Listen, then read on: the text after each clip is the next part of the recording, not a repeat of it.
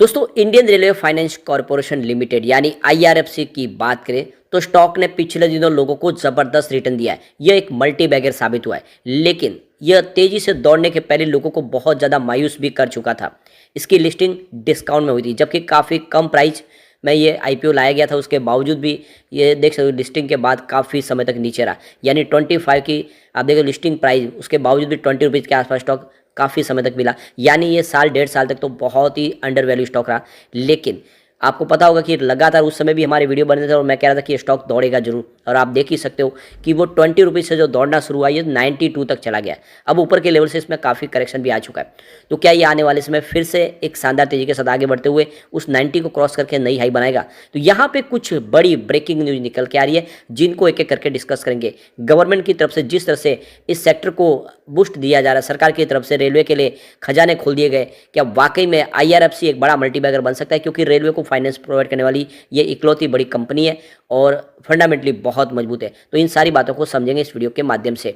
लेकिन फ्रेंड, उससे पहले अगर आप पहली बार हमारे चैनल पे आए तो चैनल को सब्सक्राइब कर दीजिए, एक बेल आइकॉन दबा दीजिए ताकि जब भी नया वीडियो बने पहला नोटिफिकेशन आपको मिले। वीडियो पसंद आए तो लाइक से जरूर कीजिए। चलो फ्रेंड्स, वीडियो स्टार्ट। तो सबसे पहले आईआरएफसी के कारोबार की बात करें तो फ्राइडे के दिन 76.05 पर क्लोजिंग थी, जहाँ पे 0.59% की गिरावट देखने को मिली। कुछ नरमी बनी हुई है क्योंकि स्टॉक काफ़ी ज़्यादा दौड़ चुका था। यहाँ पे इस समय थोड़ा सा प्रॉफिट बुकिंग की संभावना बनी हुई है, स्टॉक कंसोलिडेशन मोड में दिखाई दे रहा है।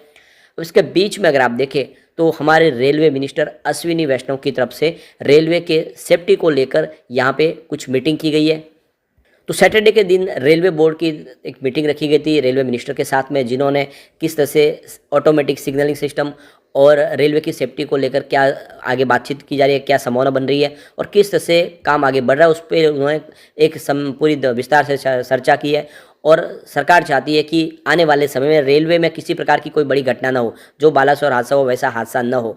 और इसीलिए सरकार नई टेक्नोलॉजी लगातार ईजाद कर रही है, नई टेक्नोलॉजी का इस्तेमाल कर रही है। कवच लाया जा रहा है जो रेलवे के ट्रैक को सुरक्षित करेगा। तो जैसे कि वंदे भारत ट्रेन अब आनी शुरू हुई है और वंदे भारत की स्पीड बहुत ज़्यादा है, और ऐसे में जो ट्रैक है उसके ऊपर घटना होने की संभावना भी बन सकती है। और इसीलिए सरकार लगातार कोशिश कर रही है, सेफ्टी के ऊपर खास ध्यान दे रही है। और इसी को लेकर सैटरडे को ये लेटेस्ट जो मीटिंग हुई थी, जिसमें काफ़ी बड़ी फैसले लिए जा सकते हैं आने वाले समय।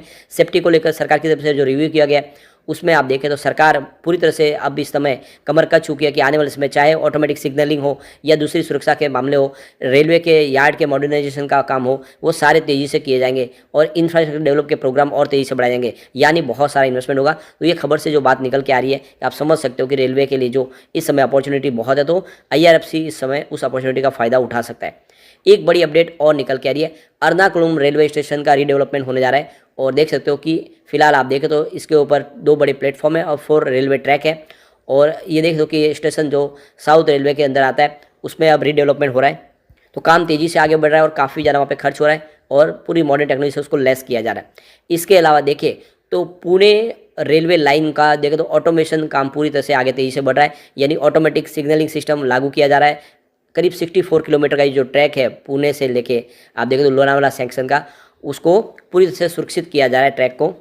तो खड़की से पुणे के बीच में ऑटोमेटिक सिग्नलिंग लगा दिया गया है। अब ये ऑटोमेटिक सिग्नलिंग से मतलब ये है कि किसी भी प्रकार की कोई भी घटना को ऑटोमेटिक तरह से रोका जा सकता है। यानी कहीं पे कोई प्रॉब्लम आती है, कहीं ट्रैक अगर कट जाता है, टूट जाता है या फिर किसी वजह से कोई ट्रैक को नुकसान पहुंचा जाता है, तो ट्रेन को सिग्नल देकर ऑटोमेटिक रोका जा सकता है। यानी आने वाले समय में ट्रैक की वजह से कोई नुकसान है उसकी ध्यान दिया जा रहा है और इसीलिए ऑटोमेटिक सिग्नलिंग सिस्टम लगाया जा रहा है और ये इस ट्रैक को पूरी तरह से उसको सुरक्षित किया जाएगा।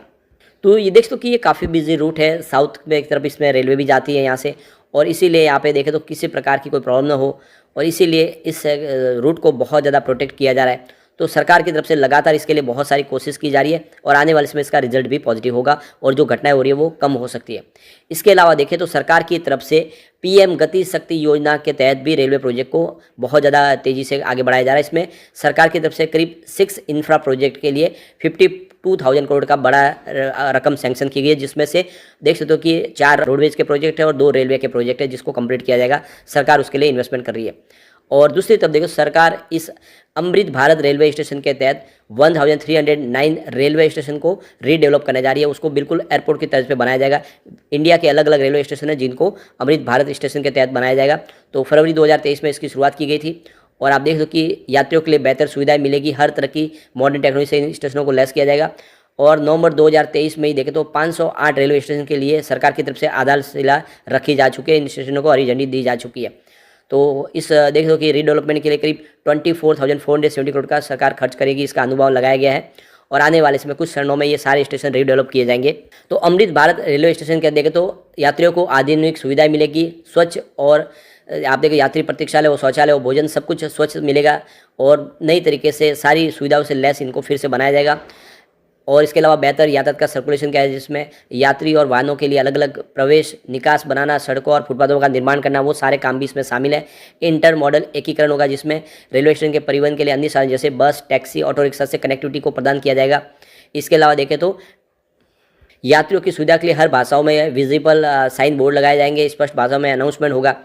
और देख सकते हो कि स्पेशली उसमें जो ऊर्जा का इस्तेमाल होगा क्लीन एनर्जी से किया जाने की कोशिश की जाएगी, यानी ग्रीन एनर्जी का इस्तेमाल किया जाएगा। और पर्यावरण को ध्यान में रखकर हर जगह पे आप देखें तो ग्रीनरी का इस्तेमाल किया जाएगा, किसी प्रकार से पोल्यूशन को किस तरह से कम किया उसके ऊपर ध्यान देगा। तो ये सारी चीज़ें अमृत भारत स्टेशन के तहत यहाँ पे दी जाएगी। तो बहुत कुछ होना है, बहुत सारा खर्च होना है। ऐसे में आने वाले समय में आप देख लो कि IRFC इसमें फ़ायदा उठा सकता है। अगर हम IRFC के प्रदर्शन को देखें तो पिछले एक महीने में इसने निगेटिव रिटर्न दिया है, जबकि इस दौरान अगर इसकी पेयर कंपनी तो पावर फाइनेंस कॉर्पोरेशन लिमिटेड ने 9% का पॉजिटिव रिटर्न दिया है। REC लिमिटेड में 16% की तेजी बनी है। IDFC में देखें तो 0.68% की तेजी बनी है। IFCI में 53% की ज़बरदस्त तेजी बनी है। और टूरिज्म फाइनेंस कॉर्पोरेशन लिमिटेड की बात करें 0.71% की तेजी है। गुजरात स्टेट फाइनेंस कॉर्पोरेशन में 5% की गिरावट है। तो लूजर आपको बिल्कुल IRFC ही दिखाई देगा। लेकिन अगर हम इसको पिछले 6 महीनों से देखें तो IRFC ने 175% का शानदार रिटर्न दिया, जबकि पावर फाइनेंस कॉर्पोरेशन लिमिटेड में 87% की तेजी बनी है। REC लिमिटेड में 135% की तेजी बनी है। IDFC लिमिटेड 62% का पॉजिटिव रिटर्न दिया है। IFCI में 136% की तेजी बनी है। और देख लो कि टूरिज्म फाइनेंस कॉर्पोरेशन लिमिटेड में 35% की तेजी है। गुजरात स्टेट फाइनेंस कॉर्पोरेशन में 73% की तेजी है। तो यहाँ पे विनर आपको बिल्कुल IRFC ही दिखाई देगा। और अगर हम पिछले एक साल की बात करें तो IRFC ने करीब 152% का बम्पर रिटर्न दिया है, जबकि पावर फाइनेंस कॉर्पोरेशन लिमिटेड ने 202% की तेजी दी है। REC लिमिटेड में 213% की तेजी बनी है। IDFC में 64% की तेजी है। IFCI में 149% की तेजी बनी है। टूरिज्म फाइनेंस कॉर्पोरेशन लिमिटेड की बात करें तो 48% की तेजी बनी है। गुजरात स्टेट फाइनेंस में 41% की तेजी बनी है। तो यहाँ पे आपको विनर बिल्कुल IRFC दिखाई देगा, यानी 1 ईयर 6 मंथ के हिसाब से सबसे शानदार रिटर्न IRFC का है। लेकिन अगर हम देख सकते हैं कि फिलहाल 1 मंथ के हिसाब से आपको निगेटिव रिटर्न देखने को मिलेगा, क्योंकि बड़ी तेजी के बाद यहाँ पे प्रॉफिट बुकिंग हावी हुई है। बहुत जल्द यहाँ पे शानदार तेजी फिर से बनेगी। सबसे जो बड़ी बात है, कंपनी फंडामेंटली बहुत मजबूत है, जल्द ही ये लार्ज कैप में शामिल होने जा रही है। और आप देख सकते हो कि MFI की लिस्ट में अगर लार्ज कैप में शामिल हो जाती है तो काफ़ी बड़ा निवेश नया आएगा। ऐसे में आप समझ सकते हो कि IRFC एक बड़ा मल्टीबैगर बन सकती है।